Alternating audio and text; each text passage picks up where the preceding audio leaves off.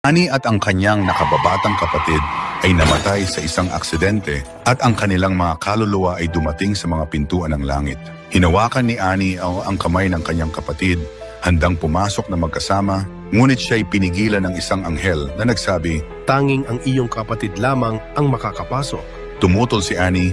Mas marami akong ibinigay kaysa sa aking kapatid, madalas akong manalangin at palagi akong dumadalo sa simbahan. Bakit hindi ako makakapasok? Sumagot ang anghel, Puno ka ng pagmamataas, palaging iniisip na ikaw ay tama at hindi mo inaamin o tinatalikuran ang iyong mga kasalanan. Ang pagmamataas ay ang kasalanang pinakakinamumuhian ng Diyos. Sinabi ng Panginoon, sapagkat ang bawat nagmamataas ay mabababa at ang nagpapakababa ay matataas. Sa huli, ang kapatid ay pumasok sa langit na may wasak na puso, habang si Ani ay nahulog sa impyerno.